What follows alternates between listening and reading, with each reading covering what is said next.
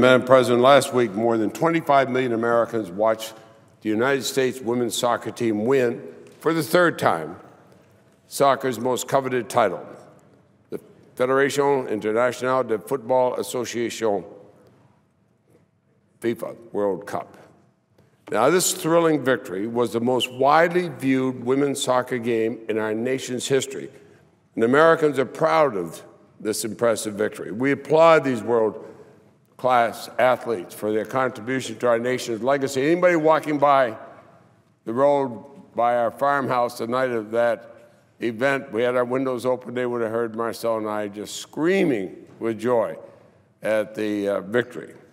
But as the celebrations fade, we should be all troubled by the way FIFA discriminates against some of the teams that compete in the World Cup. The United States women's team will receive $2 million for winning the Women's World Cup.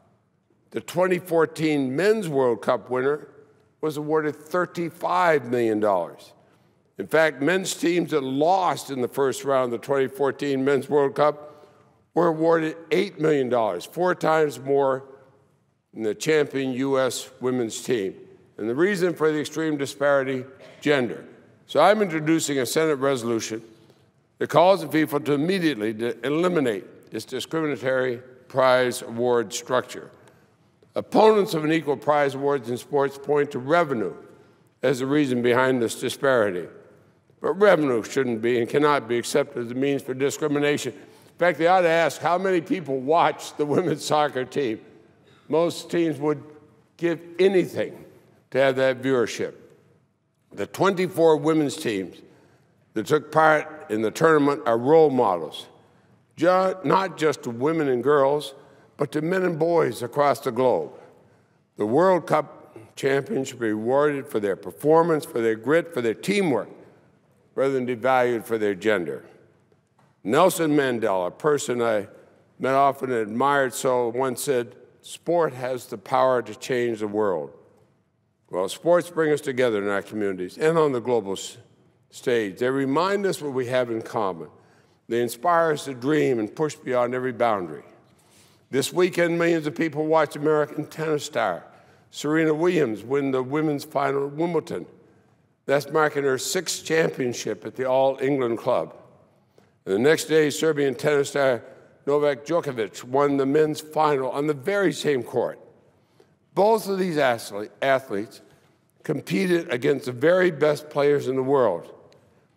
And they were awarded the exact same amount of prize money for the impressive victories because Wimbledon chose to be on the right side of history in 2007 by ensuring pay equity for female and male athletes.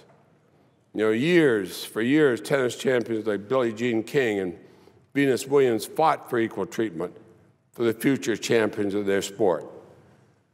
So I hope that the story of the American Women's World Cup champions not receiving fair treatment will inspire more people to join the fight for equal prize awards.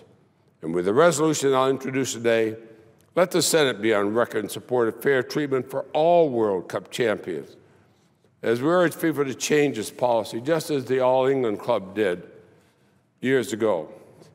You know, the fight for gender equality continues. Madam President, it's a fight worth winning. In 2009, I proudly voted for passage of the Lilly Ledbetter Fair Pay Act, supporting Senator Mikulski's Paycheck Fairness Act. We've had a lot of civil rights fights in our nation's history. The battle for true equality has persisted for too long.